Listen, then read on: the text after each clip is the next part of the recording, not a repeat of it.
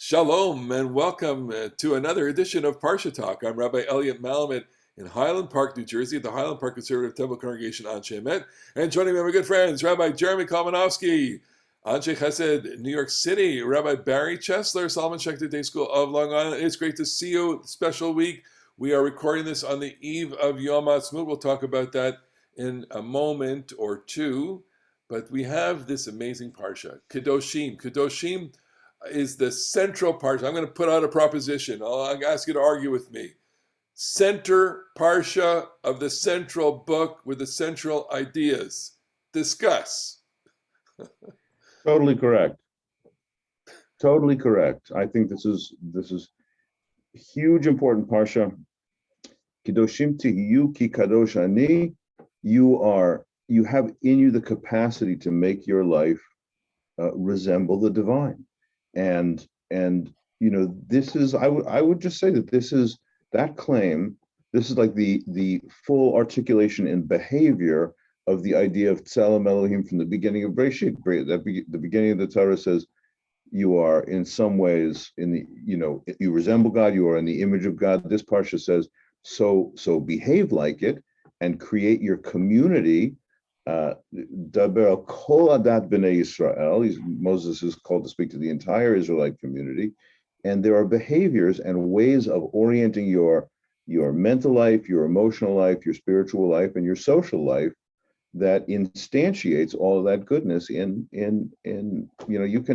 really can be holy in the way not as God is holy, but in the human analog. I want to. Do we have a difficult time in translating the word kadosh, kedusha, and do we really understand what the word holy means? And go ahead, Barry. Of course, we have a difficulty translating it because the word in English also doesn't make a great deal of sense to us. So when we translate kadosh as holy, it's sort of like translating tefillin as phylacteries. If you don't know what phylacteries are, it doesn't really help you understand tefillin. And the only person that understands phylacteries knows what tefillin is. So that's a problem. But I want to emphasize what Jeremy said, that this really gives us, this parsha gives us insight into what the Torah really is. Because one of the things that Ibn Ezra mentions, and Baruch Levine picks up on it in his JPS commentary, is how the 10 Commandments are embedded in this text in Vayikra. And we identify as followers of modern biblical criticism the P text, the priestly text with Sefer Vayikra, and perhaps E with the 10 Commandments in Shemot. And what I'd like to suggest is that this quest, we were talking before about aspirational holiness, is that the holiness that we see in chapter 19 comes in both poetry and prose.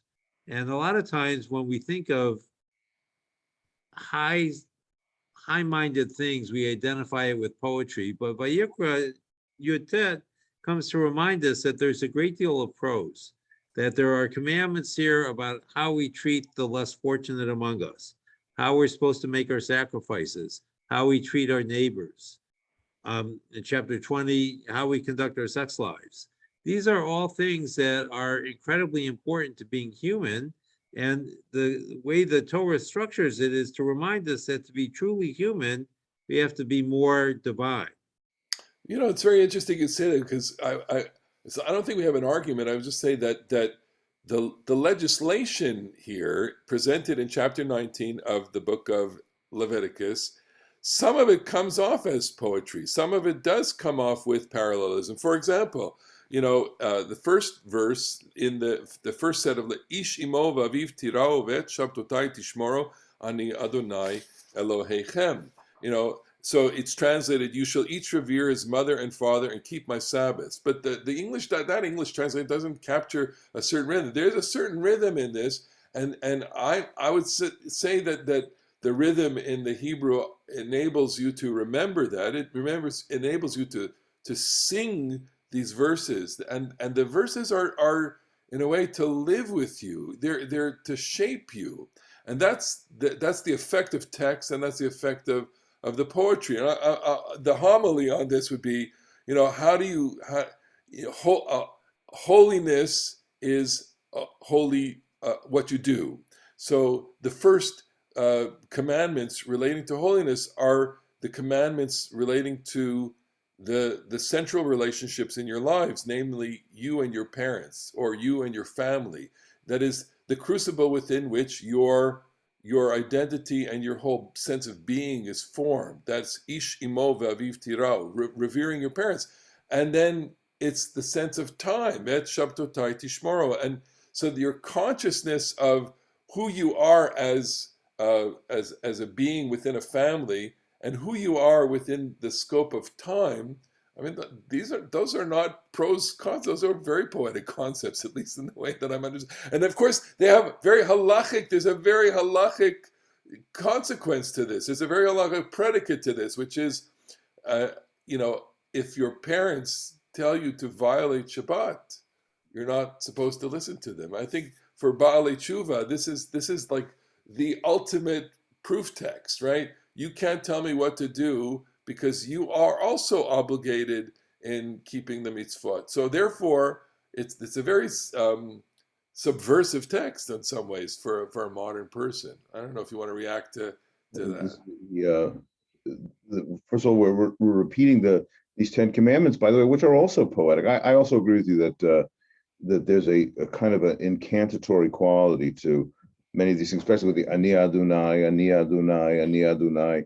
I'm the Lord, I'm the Lord. There is a kind of a chant that's going on here. I want to say one thing about the translation of holiness, which I think is a great question to explore. We usually say that kadosh means separate or in some way, and the beginning, as Rashi will say in his commentary, and the parsha ends with all the sexual restrictions. It is a statement about being set apart, and somehow, Israel is called upon to set itself apart. But that doesn't really capture for me the deepest meaning of what is, kadosh, kadosh, kadosh, Adonai Tzevaot, melochol haaretz kivodo, is the verse from Isaiah chapter 6, which is, of course, very central in the liturgy, is itself perhaps a little bit of a deep religious paradox, something like that. Kadosh, kadosh, kadosh. Separate, separate, separate is the Lord. The whole world is filled with the Lord. Melochol haaretz kivodo. Yeah. Separate, separate, separate, and yet, God is totally special. God is totally unlike, ordinary things, and yet the whole world is filled with that sense of specialness. I like to think of kadosh as denoting something inestimably special and precious. And where this comes up for me in a kind of a religious feeling, a religious emotion, conversation, is the way we distinguish. Everything is kodesh and chol, kodesh and chol, kodesh. This day is special, the other days aren't special. This place is special, the other places aren't special. This item is special, and ordinary things aren't special. And I think that in religion, we have that sense that there are some rigid distinctions and some boundaries, and Saturday is not Tuesday. And I think that's part of how we practice this religion. But I also think that what we really want is both kadosh, kadosh, kadosh, and melochol haaretz. We really want both that it's special and that it fills the world. And so I really resonate with those teachings, like from Kabbalah or from Rav Kook or something like that, that says, that there's not really a rigid distinction between kodesh and chol, profane and special, but that we have special things that we hope spread forth, and the world starts. Jerusalem is holy, but one day, the world will spread forth and it will all become holy. And it's not just Shabbos is holy, but the whole time is holy. And so to me, there's a polarity going on here between designating certain things as special, but not resting easy with that, wanting to spread more and more and more of that sense of presence and specialness and kedusha, more than just those specific things which we now today in this world designate as kadosh.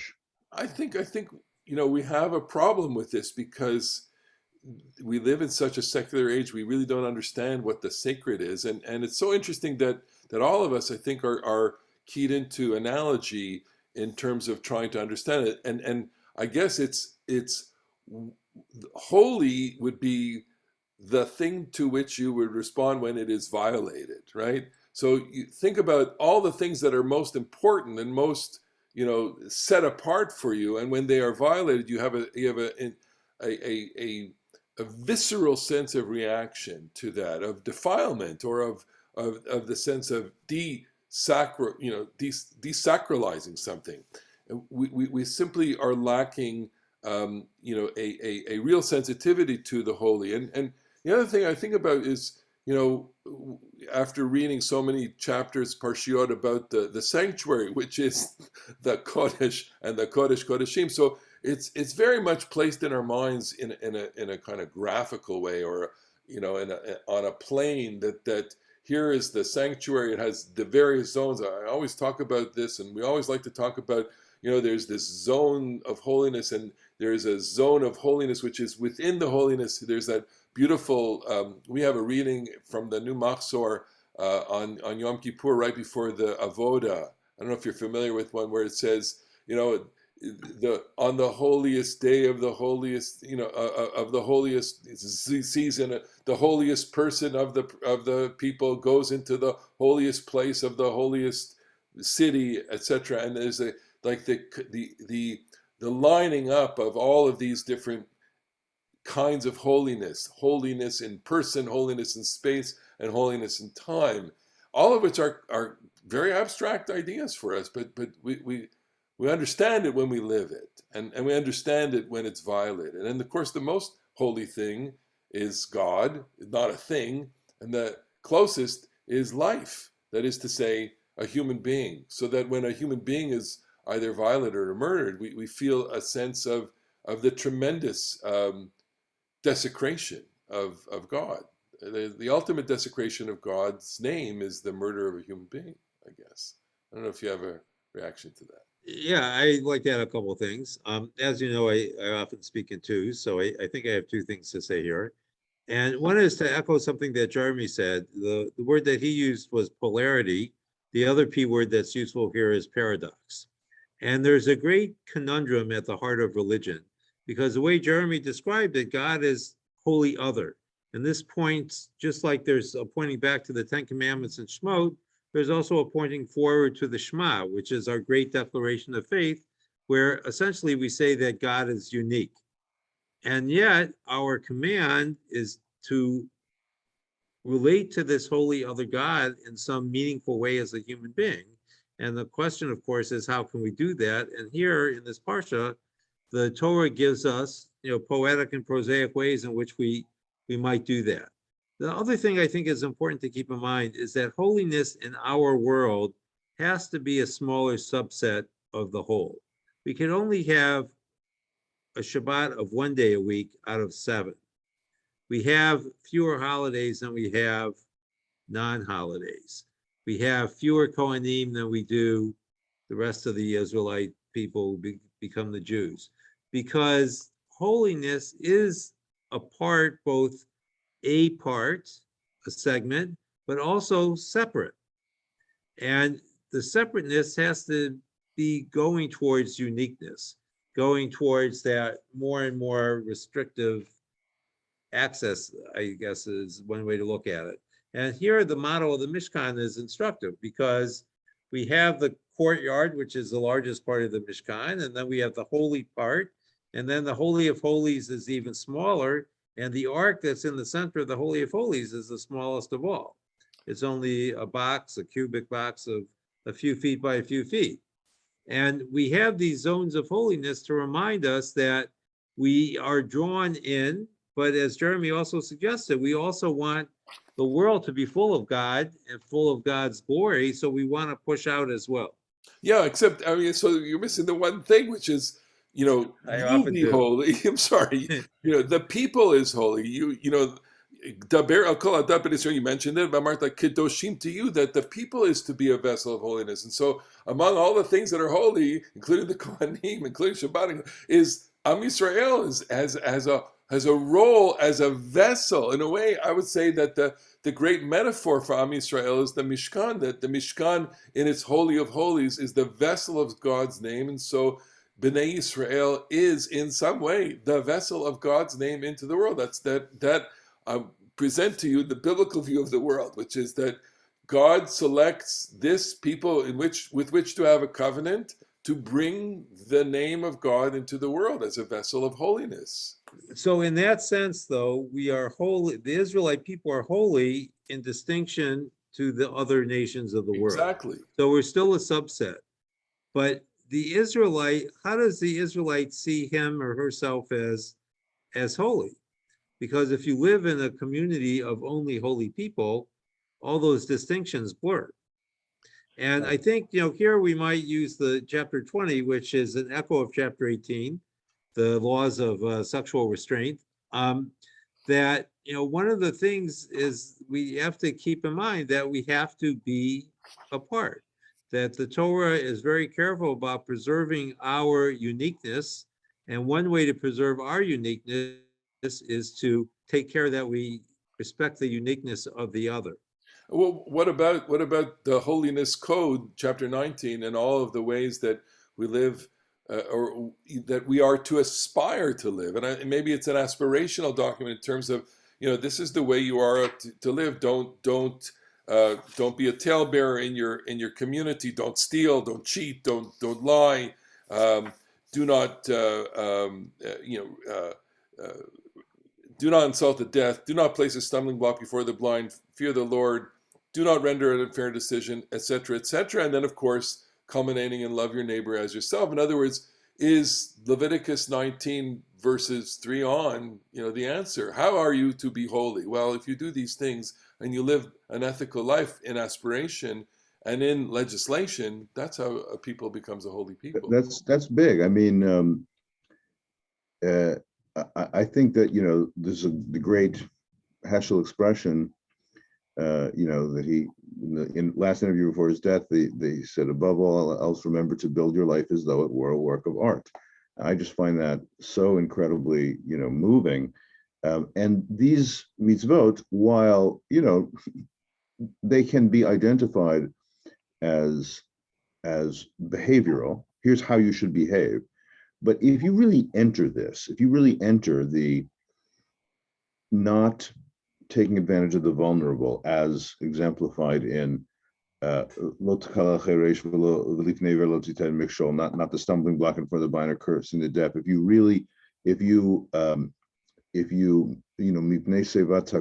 rise before the elders, if you pay your debts, and if you learn to get rid of your hatred, and you learn to love, then yes, you are creating your life.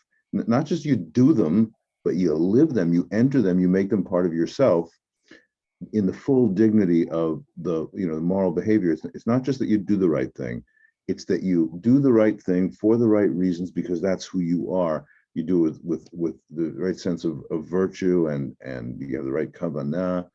Then yes, you are transformed and you become a sainted person, and you become kadosh. And vessel. This Parasha holds out the prospect that it's not just like you'll do no harm and you won't violate any rules and you won't be sent to jail or something like that. No. You will craft yourself into the kind of person that you really want to be. Yeah. So we need to come back to the beginning of the Parsha, which is also that the holiness that we're talking about has to be constructed and in a community. It's not where an individual could go off by him or herself and become holy.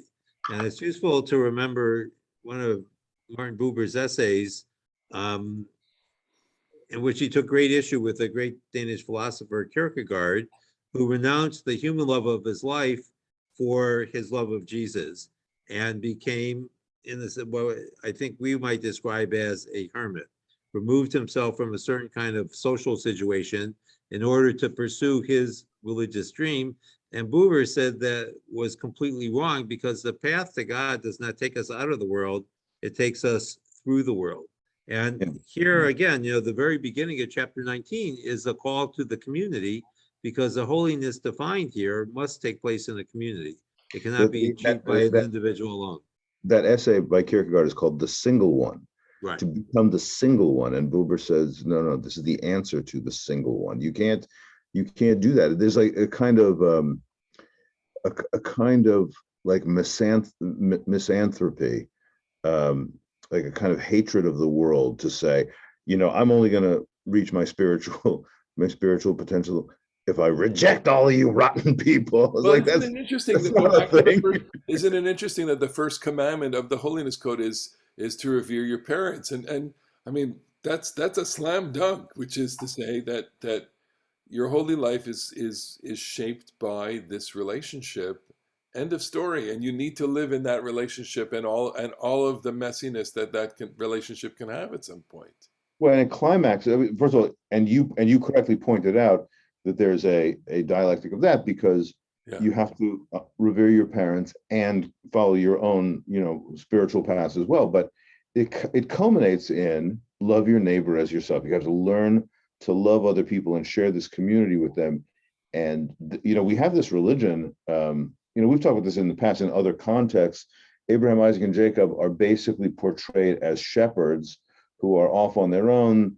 They don't live in cities, and yet the basic Israelite, history in land of Israel is building cities. They're in Shomron, and they're in Jerusalem, and they're in Hebron, and they're in Bethlehem, and those are like living together. And so the tension between this kind of imagined go off and be a Bedouin or live in the city, it produces its own kind of narrative tension in some of the biblical stories. But right here, Kedoshim Tihiyu is not for Bedouins, it's not for people who are going to go off in the desert with their sheep. It's for people who are going to share Jerusalem together, or share Shomron together, or something like that. And I find that just much more appealing. All right, so because you mentioned the geography, and because we're located on the calendar with Yom Ha'atzmaut now, and for many of the people that will be watching this on Friday, Yom Ha'atzmaut will be over. But we'll release this on Yom Ha'atzmaut. So we are celebrating Yom Ha'atzmaut, 74 years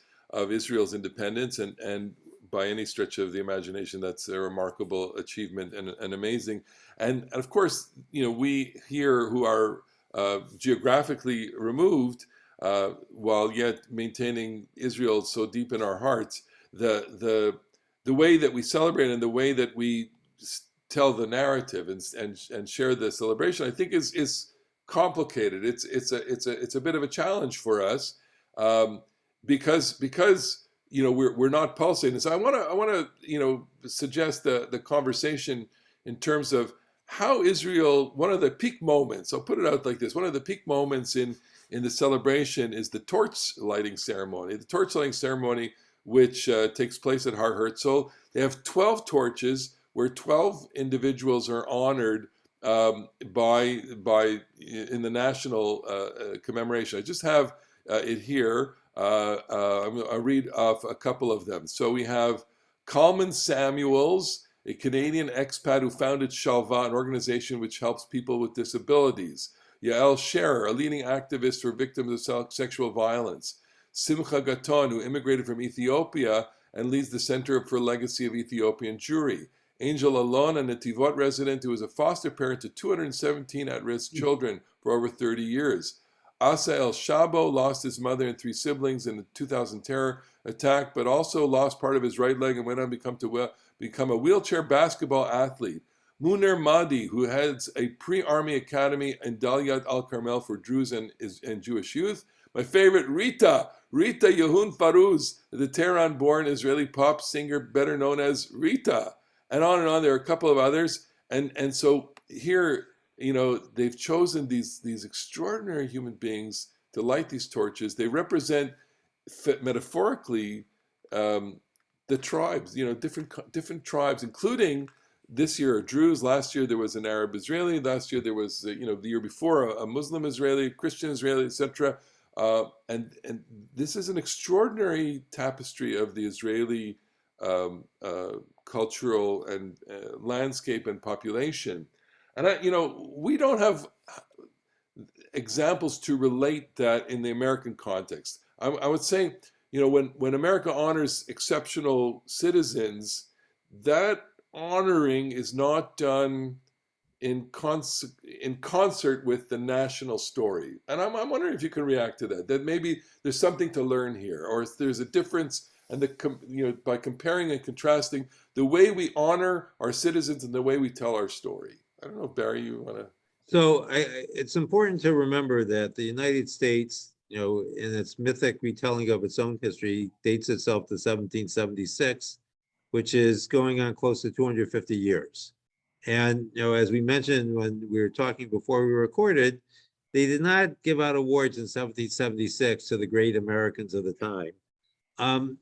And by the time Israel emerges, 175 years or so later, Israel can learn from the national experiences of other nations how to do things. The other thing to keep in mind is that Israel, even today, is a very small state. The United States has over 300 million people, Israel, say 8 or 9.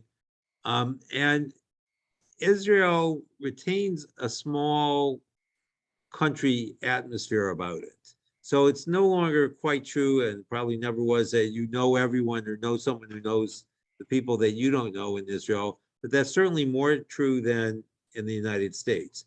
Here in our country, the big cities are known for their anonymity.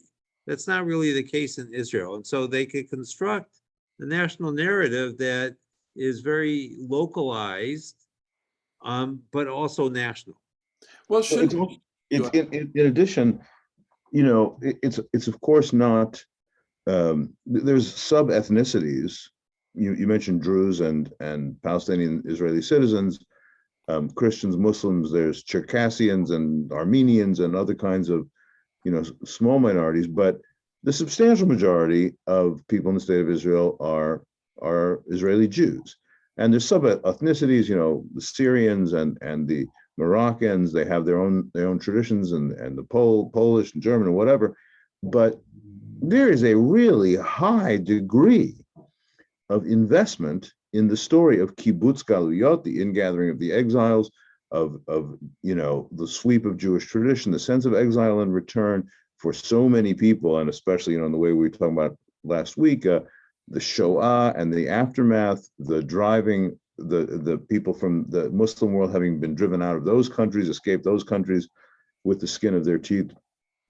In the United States, we don't have a nearly as much center of gravity in a story about the fact that, like, some pilgrims and whatever, and the patriots in Massachusetts in 1776, that's just not something that grips the American population and organizes American life to our detriment, right? Like, we all know that right now in 2022, Americans don't feel connected to each other, mostly mistrust each other, red state, blue state, Republican, Democrat, whatever. We've got much too much fragmentation. Israel got a lot of fragmentation too, but there's a big investment in this is Am Yisrael. We're going through this together, and we've got a shared past and shared future. Right, because it's really life and death, and that we need each other. And I think, yes, the issue of scale, I think, is remarkable, and that's probably where the discussion probably starts and ends. However, I want to say, even in our little micro communities, so it's interesting. We do our honoring. We have a gala every year, so we have people that we honor, and I make a point every year when we do this, is that we're the people that we honor, or the things that we honor, are part of a story. That is to say, that those people honored help us tell a congregational story. So even on the most the micro community level of a synagogue, let's say that we are numbering about 800, 900 souls. We have a story that we're telling, and if you just expand that to what's the community story, and who the community selects to honor, and who the state honors, and who the country honors, that tells a story, and it is deliberate when exceptional individuals are chosen for Presidential Medal of Freedom, or National Medal of Honor, what, the Mark Twain Award, or all these awards, but they're fragmented over time, over the calendar, and over space, and they're not fused to the national narrative. And I would also, I can argue the Canadian story as well, which is that Canada also has its national honors of the Governor General's Awards and the Order of Canada. And these are not connected to a national narrative. They do present exceptional people, really wonderful, extraordinary people. But do we tell our story through this? And the answer is probably not. And I think that countries can learn from Israel in that way. That's what I would put out. So what I would suggest is that there are times when we tell our story, but when we think about how national holidays are celebrated in the United States, there's a picnic, a baseball game. They're traditionally, back in the day, there were double headers. They used to play 2 games in one day, which happened on these holidays, and there would be sales. So Israel, by taking things of national import and putting them in the day, gave more substance to the celebration aspect of the day. In the United States, we went in a different direction. It's very hard to figure out how we should celebrate some of these days. My personal favorite is Martin Luther King Jr. Day. It seems that when we think about the Reverend Dr. Martin Luther King's legacy, having a day off from school is probably not the best way to commemorate his life. Lahavdil, it would seem to be a day for intensive education rather than no education. But our arc in the United States is to associate holidays with days off rather than days of substance. Think about how we observe the July 4th. There are radio stations where they read the Constitution, or the Declaration of Independence, excuse me, which is a lovely idea. But for most of us, it's just a day off. Israel made a conscious effort to add these things. But I remember when I was on kibbutz many years ago, how did they commemorate Yom Ha'atzmaut? They had a picnic. Right. I went to Jerusalem. So I mean, all of these things are really, really important in terms of how we convey a narrative. I thought, maybe we should do a Seder on Thanksgiving, and maybe there should be some kind of other kind of, communal celebration or a public declaration on July the 4th, a declaration of a reading, at least of the preamble, or at least of the, something, some canonical text, and I think there's a hunger for this. So maybe we do have to end here, but it's that watching this and dipping into the ceremonies, we see that there is within Israel and the Jewish people writ large this hunger for these kinds of experiences and a validation.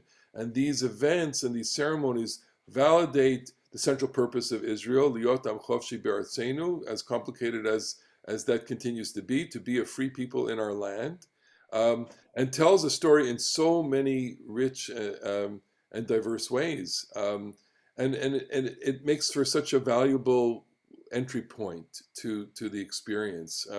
And it certainly is what to celebrate on this great milestone of Jewish history. And with that, our time has come to a close. Look at the arc of our narrative. We started with Kedoshim being a holy people, and we are aspiring to be a holy part of your life. We thank you for watching us, for listening to us, and for being so devoted to us. We appreciate your comments on the YouTube channels or on the Facebook pages, wherever you want to comment to us. Thank you. Thank you for spending time with us. Wishing everyone a Hag Sameah, Hag Sameah over these days. And of course, Shabbat Shalom, and we'll see you next week on another edition of Parasha Talk Kedoshim. Shabbat Shalom.